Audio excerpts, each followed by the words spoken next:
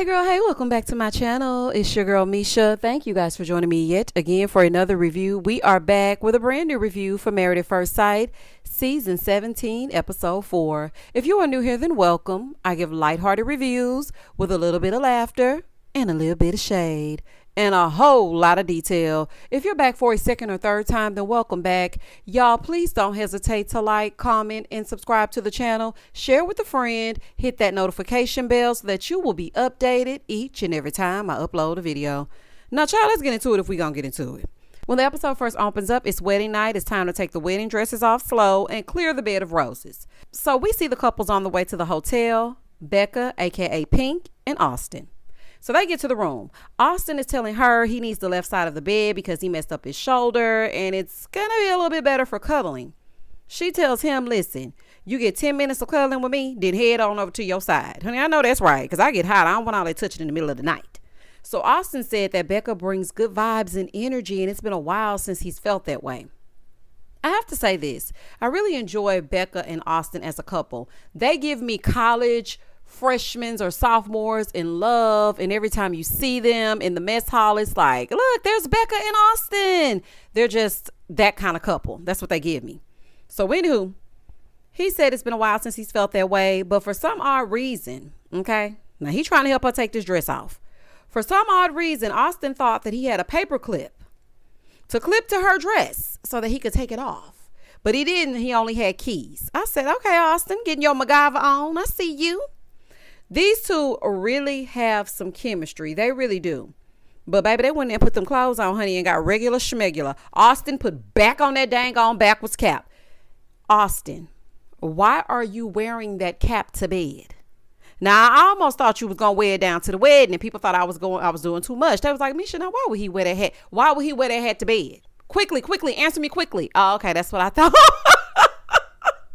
That's what I thought. I knew that Austin was attached to that hat. Austin gonna wear that hat if he don't do nothing else. Austin, for the love of Married at First Sight, take that damn hat off. Moving forward. Oh, side note, I hope y'all get in the shower, but it's looking like y'all not. Lights out, caps on. Lauren and Orion. So they get to the room. They had their roses in the form of their initials. I said, okay, not y'all trying to zhuzh it up for Lauren and Orion. I see y'all. So they get into some more comfortable clothes. He's helping her take off her dress. She helps him take down his bun, tit for tat. He was especially attracted to Lauren and her pink PJs. She forgot to tie her hair up. Honey, I don't know how you forgot that because, that's the first thing we going to grab is something to tie their hair up. I don't care if camera's here or not. She forgot to tie her hair up, so she asked him if he's ever worn a bonnet. He's like, a bonnet? No, I have no idea what that is. So she just so happened to have an extra one. So now they're bonnet buddies.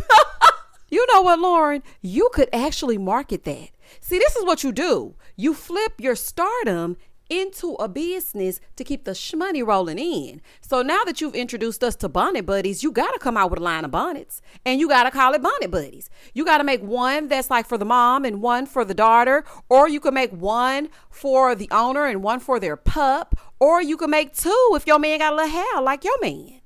I mean, this could really be something. Now, Lauren, if you use that, call me. Okay, because I'm going to need my cut, honey, because this is my idea. But you birthed it, but I'm just saying, I'm trying to help you give the zhuzh. Now, that's neither here nor there. That's just a side note. But I feel like that could really be a lucrative business. Bonnet buddies. And if you need a commercial, girl, call me. Moving forward. So, baby, they put them bonnets on. And Orion was like, oh, this feels good to me. Now, Orion, I'm telling you right now, don't wear that bonnet to the store. And if you do, I hope that you never run into Monique. Don't wear that bonnet out in public. Do not wear that bonnet out in public. Claire and Cameron. Same routine, different couple. Cameron was trying to unbutton that dress down to her ankles, though. Baby Claire was like, yep, 2 buttons, buddy. That's good. I'm good. I'm going to go throw my wedding dress in the corner of the restroom. Not take a bath. Give you mixed signals and then get into the bed. And that's exactly what the hell she did. He said, I can't really tell if Claire is attracted to me, but she's giving off that she doesn't have any sexual energy towards me. He wanted to go get in the shower. Claire was in and out. Honey, I don't even think she washed her face. Cameron, I'm going to have to say this because later on you're going to piss me off. But right here, you won points with me by getting in that shower. You were the only one that I saw turn that water on. So for that, I commend you. So she's confused because she can't tell if he's attracted to her. See, this is the problem. Cameron doesn't know how to communicate at all. He'd rather be sarcastic. And Claire will communicate, but she's so afraid to run him away that she's not communicating. So it's a miscommunication. And the two of you just need to talk because you're on the same page, but not really. Like, I just don't know what's going on, honey. But he might not be attracted to you not getting in that shower. I'm just saying. We had that same situation with Bow. Bow, bow, bow. Boom, boom, boom, boom, boom, boom, boom. Shout out to Hurricane Chris. Y'all remember when Bow was on the scene, her and Johnny, and Bow said she don't take no bath? Bow was not getting in that shower. Child, I ain't gonna never forget it, honey. Shout out to the Houston season. Baby, Bow said she wasn't getting in that shower if she ain't need to. These two have some serious awkward energy. So she trying to talk to him, honey, and he closing his eyes and basically told her shut the hell up so I can go to sleep. And I said, oh, Cameron is a rude little something. He basically told her to shut her mouth so that he could go to bed. And then he didn't even say good night. I said, baby, this right here is a fool. Emily and Brennan. So she is getting dress help like they all are. Baby, Emily is commando underneath that dress. She said, I ain't got nothing on under here. But I'm going to put some PJs on just to go to sleep. Emily said, look, I ain't none of Claire. Take it off. Baby, Emily said, take it off, honey. Take it off. So he finds out that she sleeps in the nude. Honey, I know that's right. But she did put her pajamas on so she could be on this camera. Thank you, Emily. Thank you. Now, I know Emily gets on some people's nerves, but I actually like Emily a little bit. It's something about her personality that I actually like. I think these two are going to Pound Town tonight. Because for me, I feel like Emily thinks this is one long date. Emily, you're married. Okay, just for reference, honey, because I don't think you know. Day 1 of marriage. So each of the couples are waking up after their first night. Claire and Cameron. Cameron, I'm speaking directly to you, honey. You were rude as hell last night. Now, I hope you woke up on the right side of the bed. I told y'all about Cam. I told y'all last episode, last review. I said, something about Cam ain't right, y'all. And that ex is talking all over the internet and she ain't talking for nothing. And judging from your MO, I think that ex might be saying the right things or saying truthful things, allegedly. So anywho, they're sitting down there eating breakfast. He starts to tell her stories from his family. So his grandmother, he said, was a part of the people saying that carrots help you see at night. So he gives her this long history lesson. He said that he and his grandmother are a lot alike. They're actually almost the same person. But as long as he's been living, his grandmother has never said, I love you. He said, I'm sort of like that. Like, I love you, but I just won't say it. I'm going to more so show it. Well, baby, what he say that for? Claire was looking at him like, what? Oh, no, we don't do that. She said, in my family, it's the total opposite. We say exactly how we feel. So I'm seeing right now that communication is going to be a major issue in this relationship. Okay, it is going to be the downfall of this relationship, the two of them not being able to communicate. Emily, aka Virginia 2.0, and Brennan. So she tells us that they didn't do anything last night. Girl, please, and you ain't fooling me. If y'all didn't do nothing, y'all was touching or looking or doing something. Okay, but y'all didn't get in that bed and go to sleep. Okay, y'all didn't pull no Cameron, honey. Y'all didn't close y'all eyes while y'all was still talking. I'm just saying. So they're eating breakfast, talking about how they start their day. She's telling him she likes the windows open. Girl, not the windows open down in Denver in December. Oh, no, ma'am, honey. She likes the windows open. She's like, but I can change that. I love to blast music as soon as I wake up, but I can change that. I'm like, oh, Emily, honey.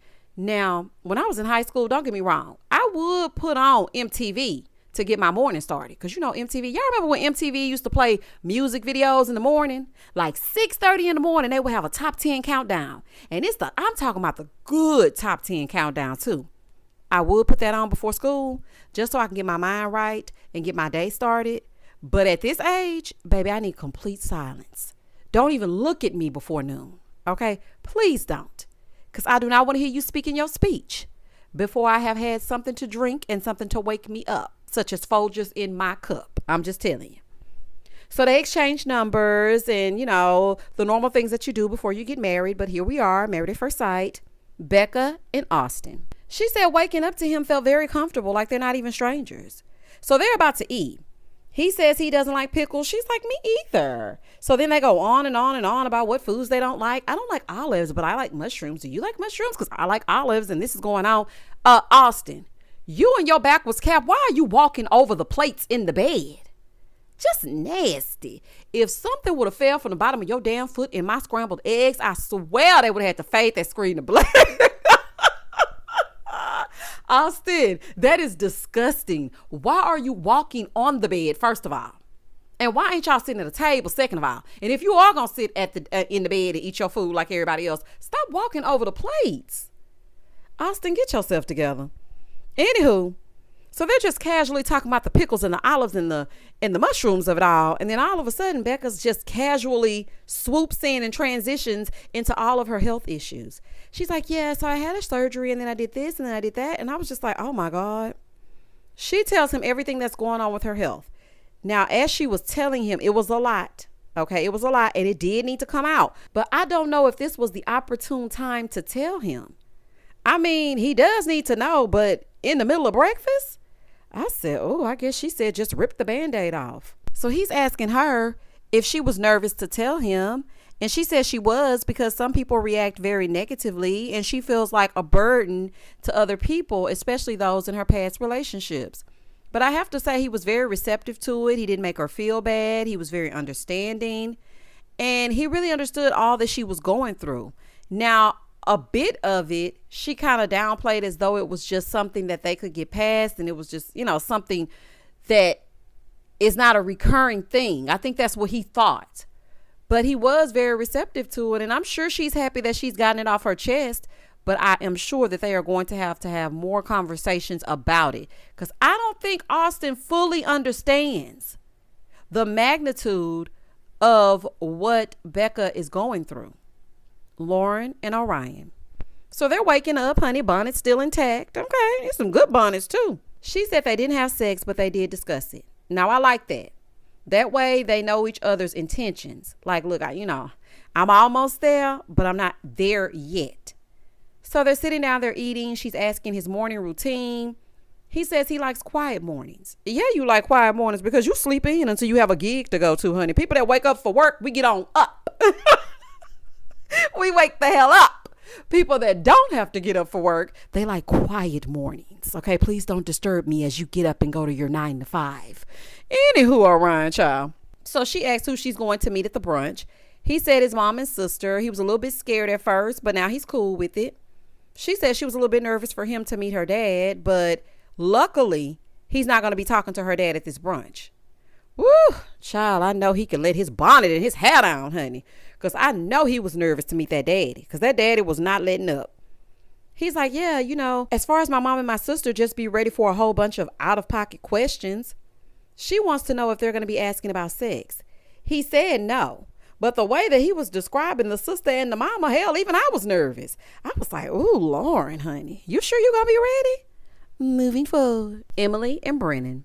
So, child, it's time to meet with the family. He's over there with her family. Her dad asked what were his first thoughts. He said, I thought she was beautiful.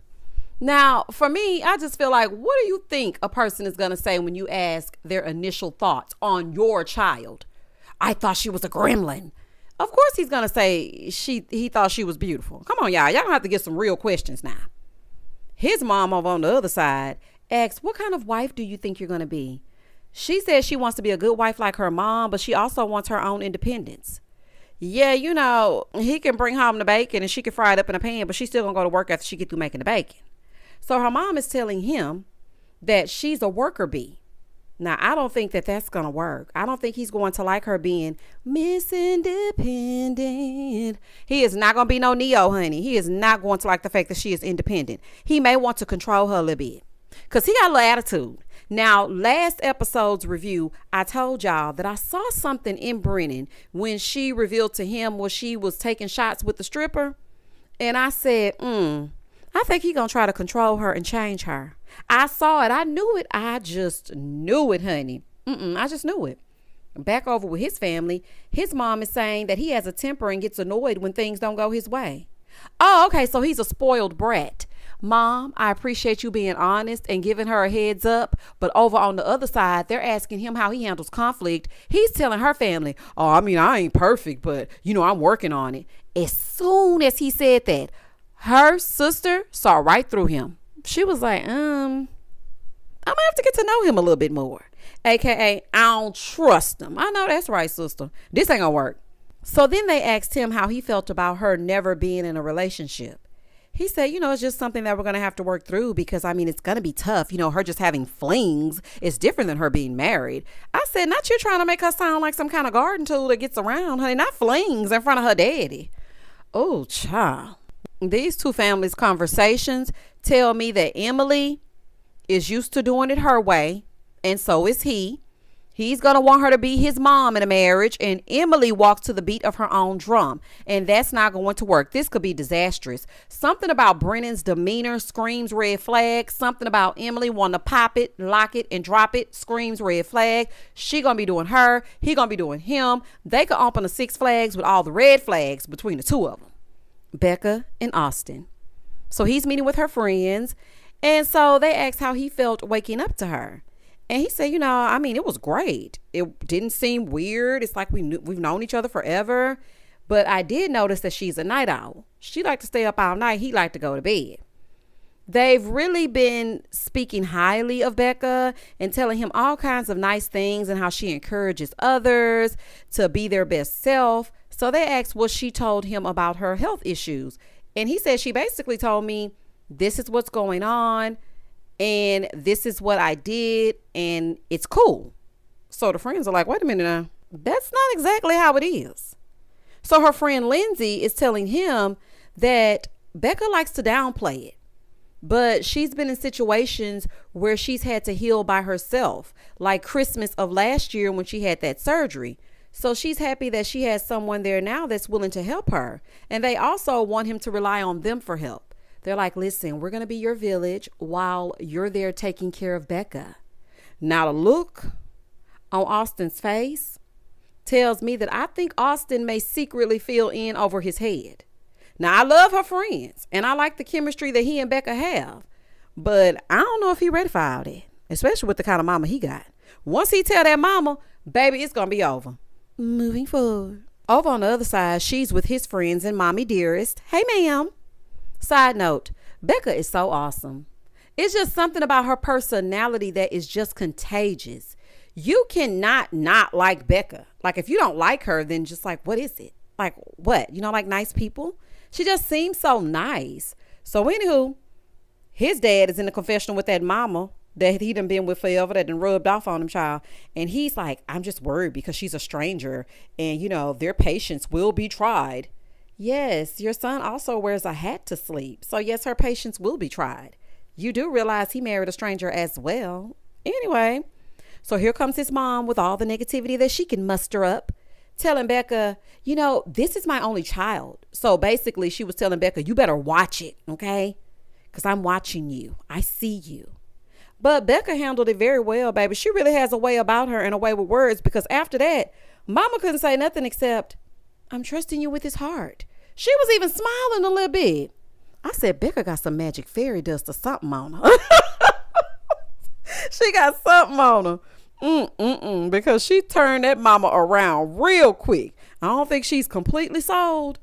But Becca did soften her just a little bit.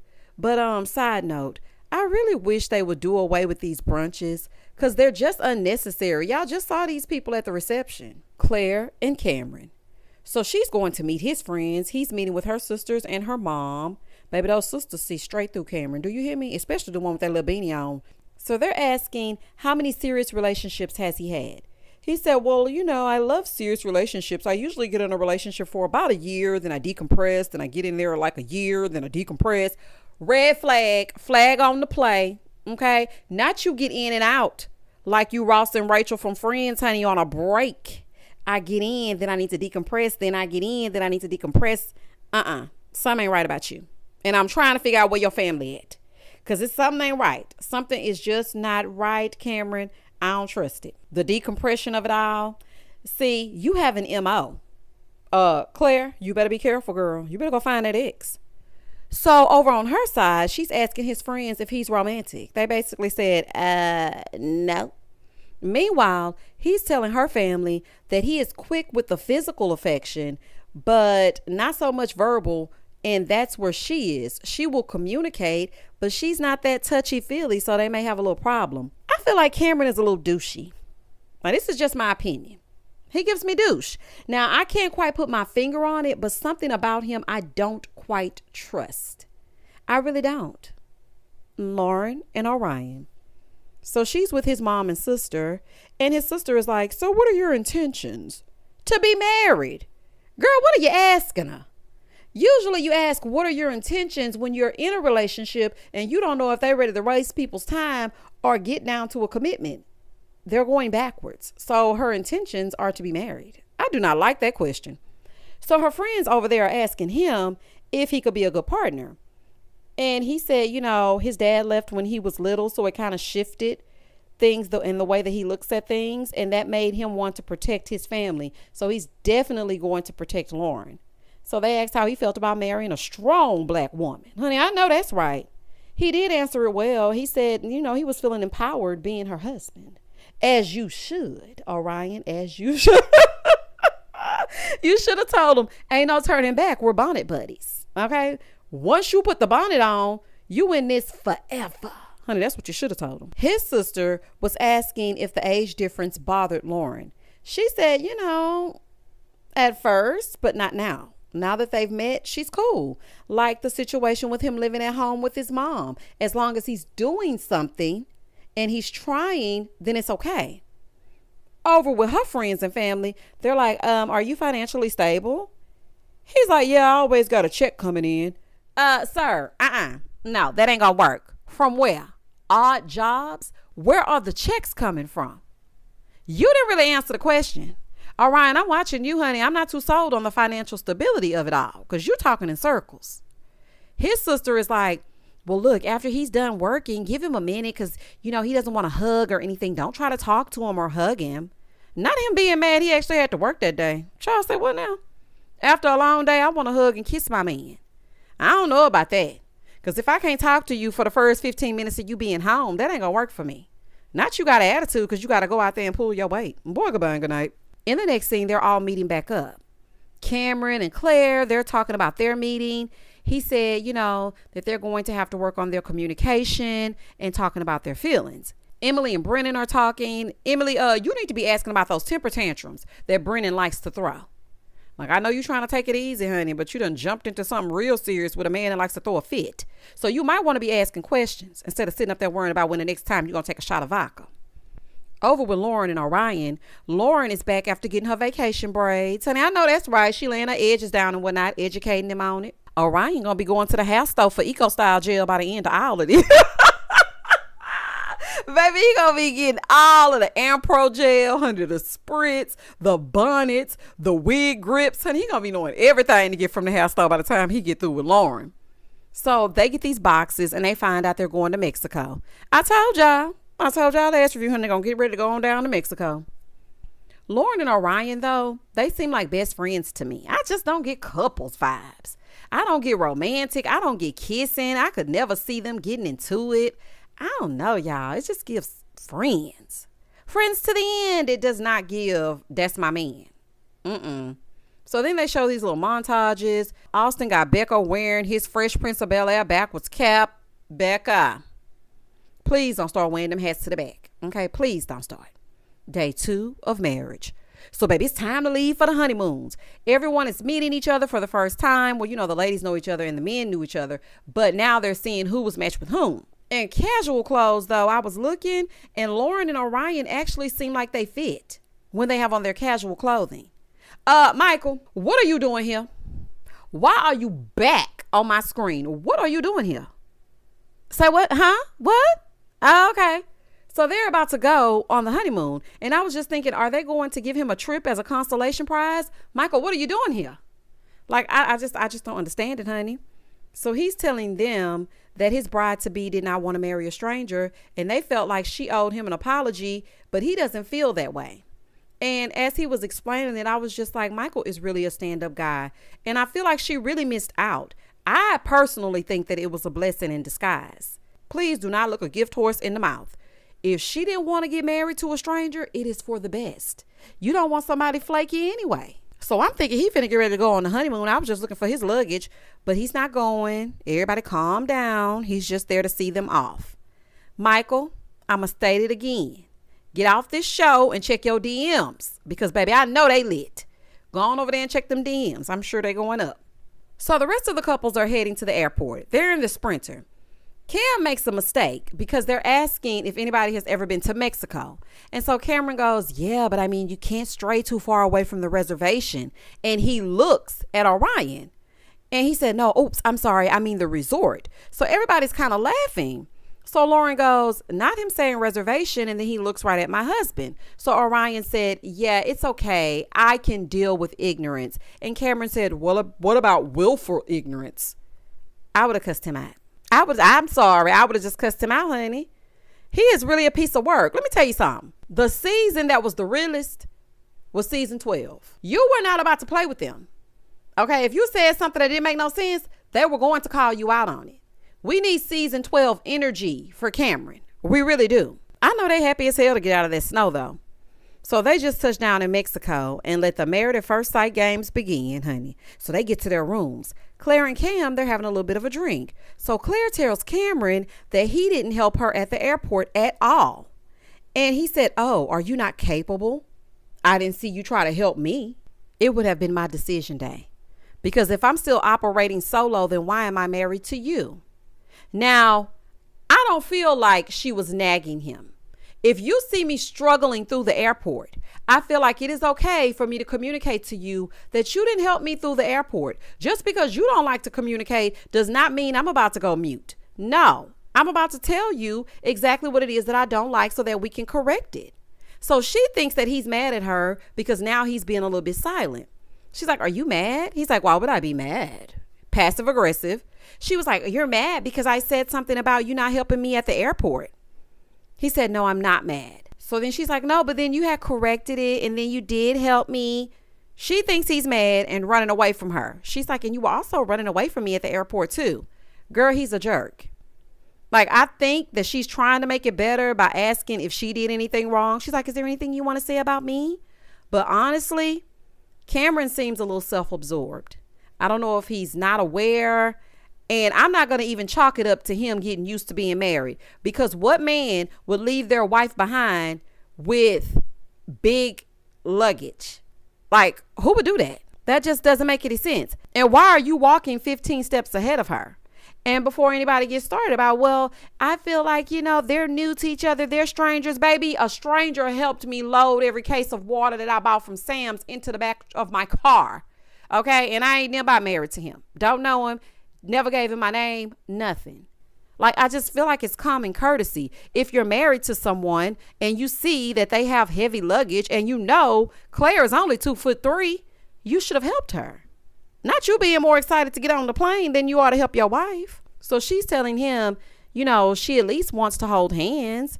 So then he gets in the confessional and he said, she's telling me the opposite of what she said earlier. And I'm not about to make a move on someone that doesn't know what they want. Ooh, wait, honey. Cameron got a little mean streak in him.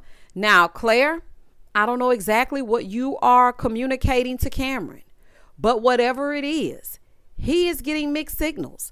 If you want to be affectionate and you want to hold hands, you're going to have to stay the plane. Because the way Cameron is making it sound is like you putting on for the cameras and now you're just nagging him about every little thing and piling it on since he didn't help you with your luggage. I don't know what's about to go down, but I am not a Cameron fan. And that's just that on that. And that was the end of the episode.